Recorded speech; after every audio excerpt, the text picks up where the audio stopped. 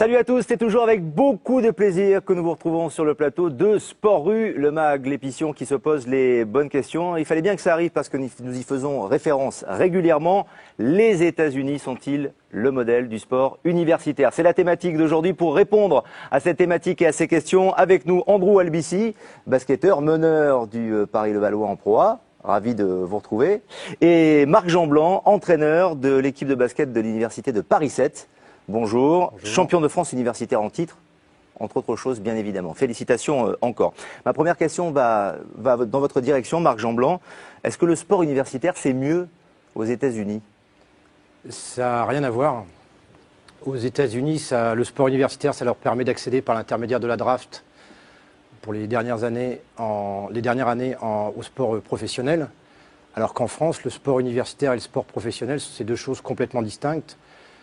Et c'est pas du tout basé sur la même organisation. Alors, pour bien comprendre, la draft, ce sont des joueurs, des équipes de NBA voilà, qui vont chercher des joueurs et qui les sélectionnent, qui les recrutent et qui les font jouer dans leur équipe. Et puis, il y a aussi, je pense, aux États-Unis, la possibilité pour les sportifs de bon niveau de rentrer dans les universités avec certaines facilités et de suivre à la fois leur carrière sportive, de la faire évoluer et de suivre leurs études.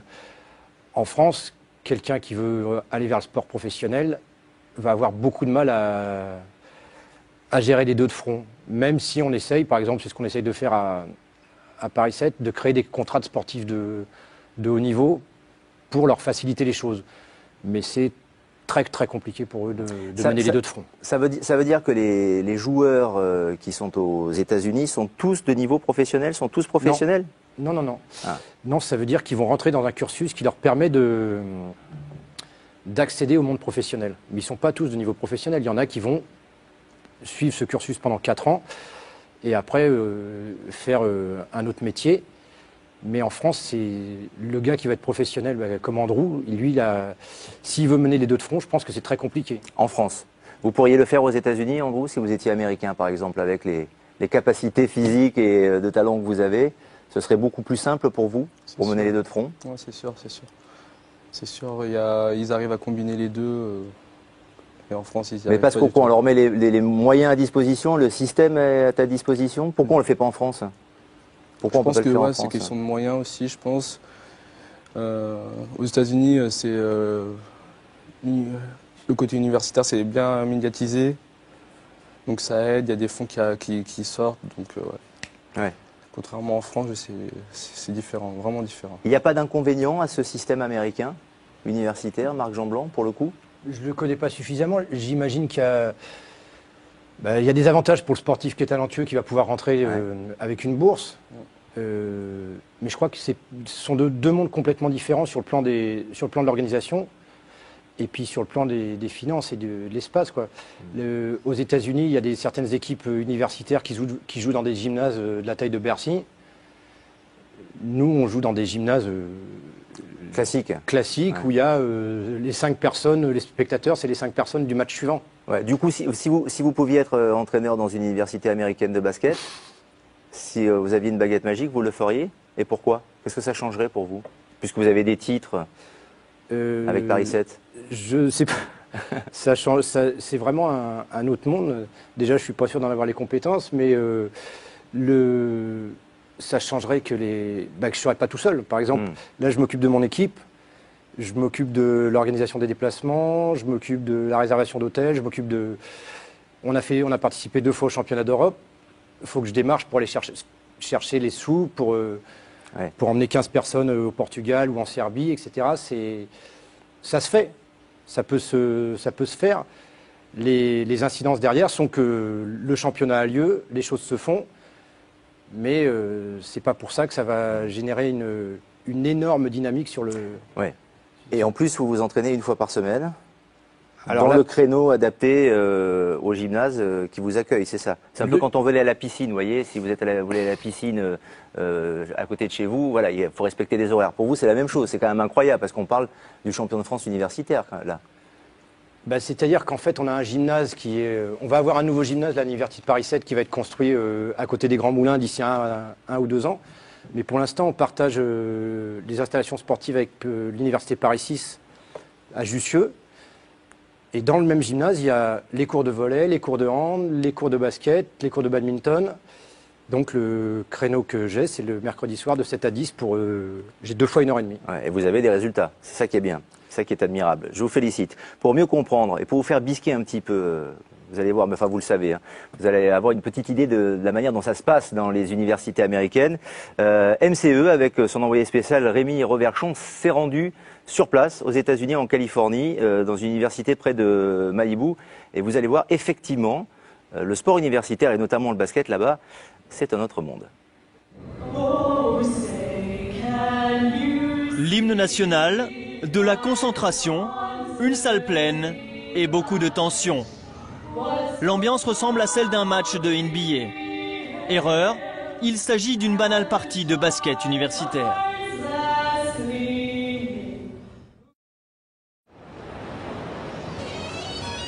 Malibu, 15 km au nord de Los Angeles. Ville plus connue pour ses surfeurs ou ses sauveteurs, Malibu accueille aussi le campus de l'université de Pepperdine. Une fac dans un cadre de rêve. Et comme partout aux États-Unis, les rois ici, ce sont les étudiants sportifs.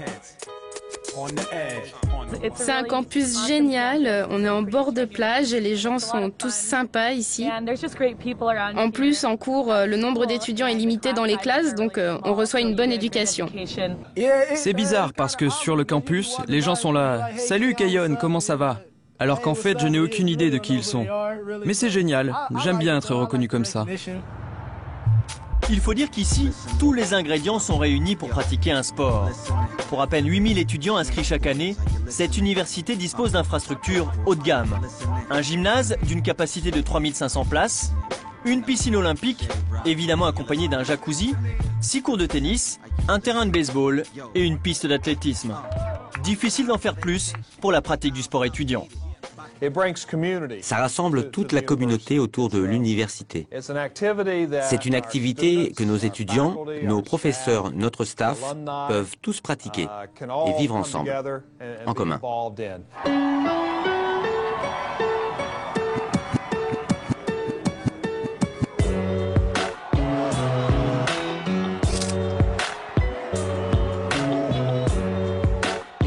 Voilà à quoi ressemble un match de basket universitaire aux États-Unis. Du sport de très haut niveau et donc de très longues heures d'entraînement. À tel point que certains craignent que les sportifs ne sacrifient leurs cours et leurs études pour faire passer le sport en priorité. C'est un vrai problème si vous n'êtes pas vraiment concerné par vos études. C'est sûr. Mais la plupart de nos étudiants sportifs comprennent que comme ils doivent s'entraîner, disputer des matchs, aller à des compétitions, il leur faut absolument s'organiser, apprendre à gérer leur temps intelligemment. Beaucoup de gens pensent que c'est plus facile pour nous parce qu'on est sportif. Mais c'est pas du tout le cas. Quand on est en déplacement, on doit rattraper les cours et essayer de comprendre sans l'aide du professeur. Certaines personnes pensent qu'on a des passe-droits, mais je ne suis pas d'accord. Aux États-Unis, 79% des étudiants sportifs qui entrent en fac en ressortent avec leur diplôme. Voilà, et en plus ils sont diplômés à la sortie, ça peut faire rêver. Alors il y a peut-être certaines ombres au tableau, on va voir ça dans un instant avec vous, Marc Jeanblanc. Mais moi je voudrais juste demander à Andrew Albici, l'ambiance, c'est parfois beaucoup mieux que même sur le parquet de Paris-Levallois. Hein. C'est sûr. C'est incroyable, quoi. Ouais. C'est beaucoup. Vous qui êtes professionnel, vous n'avez pas les infrastructures dont disposent ces étudiants en Californie, quoi. Non, pas du tout. Après, ils ont les moyens et voilà. Et puis même à Paris, comme j'ai dit tout à l'heure, ils vont au match comme s'ils allaient au cinéma, quoi. Alors que là, c'est des passionnés qui aiment le basket et qui y vont tout à chaque match à domicile, quoi. Donc c'est sûr que ça change. Ouais. Marc Jeanblanc, pourquoi ce n'est pas possible en France ça? Alors à Paris peut-être parce qu'il y a le prix du mètre carré qui est très cher, mais en province, est-ce qu'on a des universités équivalentes? Et est-ce que le sport, c'est peut-être culturel aussi, est-ce que le sport est à ce point mis en avant? Déjà, oui, effectivement, à Paris, là, on voit pour les installations qu'on va avoir, les futures installations qu'on va avoir pour l'université Paris 7, c'est long et compliqué parce que le prix du mètre carré, c'est très très cher. Donc on ne peut pas mettre une piste d'athlétisme et un bassin de 50 mètres avec un gymnase et tout ça. Ça serait bien. Ça vous fait rêver, hein? Oui, un bassin de 50 je mètres à vous ai vu l'extérieur. avec les yeux écarquillés. On avait salle l'impression avec- que c'était un lapin pris dans les phares d'une voiture, mais pas du tout. Vous aviez envie d'y être. Ouais, c'est vrai que ça fait envie. Mais je crois qu'il y a des différentes universités, quand on le voit quand on se déplace au niveau des quarts de finale et au niveau des phases finales du championnat de France, on va dans certaines universités où il y a effectivement des campus qui sont assez bien aménagés, avec des salles qui sont vraiment bien, quoi. Et donc il y a quand même des choses qui se font au niveau du sport universitaire français. Après, ça permet, je pense entre autres à Lille, où on avait été une fois, à une grande masse de gens de pratiquer, s'ils le souhaitent. La réalité, c'est qu'il y a 10% des étudiants qui font du sport. Alors qu'il faudrait qu'il y en ait plus, quoi. Oui, donc Faudrait que la dynamique se fasse des deux côtés. C'est peut-être culturel. Peut-être qu'en France, on n'a pas suffisamment de culture sport. On doit peut-être plus travailler là-dessus aussi, non? Moi, je pense Peut-être, que en gros. c'est l'adaptation aussi. On ne peut pas combiner les études avec le sport. C'est pas. C'est vraiment un problème de système, alors, Ouais, en fait, moi, je pense, d'organisation. ouais. Ouais. Eux, le basket est intégré dans les études. Donc après, c'est beaucoup plus facile pour eux. Et nous, en France, c'est pas du tout le cas. Ils doivent faire, après leurs études, après, ils iront au basket, mais pas... Ouais. Et quoi qu'en dise cet étudiant, il semble qu'il y ait quand même des privilèges pour ceux qui pratiquent le sport à haut niveau à l'université. C'est pas du tout le cas en France. En France, au contraire, il faut faire des efforts et prendre sur soi pour pratiquer le sport, même au niveau universitaire. Mais, par exemple, à l'université, on a des sportifs de haut niveau dans différentes disciplines. Et ben, en fonction, si certains font des préparations olympiques, etc., ils doivent reporter leurs examens, donc on essaie de leur faciliter la vie à ce niveau-là. Mais c'est vrai que c'est toujours quand même très très compliqué, quoi. Quel est le niveau des joueurs que vous entraînez? Il y en a qui sont en National 2, National 3 quand C'est à même. peu près C'est ça. du bon niveau. Alors, hein. Ouais. Pour vous donner un ordre d'idée, quand on a participé au championnat d'Europe, il y a un arbitre français qui était là et qui arbitre en Pro A et qui regardait les équipes qui ont fini dans les premières, qui me disait c'est du très bon niveau national 1, Pro B, quoi. Ce qui fait que c'est quand même, au niveau européen, les premières équipes sont quand même vraiment fortes. Mais il y a tout. À l'intérieur d'une équipe universitaire, il peut y avoir un joueur qui va être 7e, 8e joueur en Pro B ou en National 1, qui va avoir un rôle important. Et dans la même équipe, quelqu'un qui joue en excellence régionale ou quelqu'un qui a fait du streetball, etc. Donc ça donne une caractéristique au basket universitaire qui est assez particulière. Et comment on peut comparer sportivement parlant le niveau de votre équipe, donc champion de France universitaire, je le rappelle, Paris 7, face aux champions des États-Unis, aux champions de Californie par exemple, toujours universitaire? L'équipe de Joachim Noah qui a été longtemps médiatisée, filmée avant qu'il ne devienne professionnel. Est-ce qu'on peut comparer? Non. Non. On ne peut pas comparer. Vous prenez quoi? Vous prenez 40 points face à une équipe comme ça? On ne peut pas comparer parce que, par exemple, Joachim Noah, en plus, lui, même en NBA, il devient très très fort. Ouais. Mais ils ont comme le disait Andrew, c'est organisé, leur journée est organisée sur l'entraînement. Ouais. Donc c'est pas du tout la même chose. Moi, les joueurs qui viennent avec moi viennent une fois, 1h30 Une fois par à Paris semaine? 7. Ouais. On joue le jeudi après-midi. Sans ça, ils jouent dans leur club en National 2, Ouais. National 3. Alors que là-bas, ils sont sur le campus, ils ont leurs 2 entraînements quotidiens.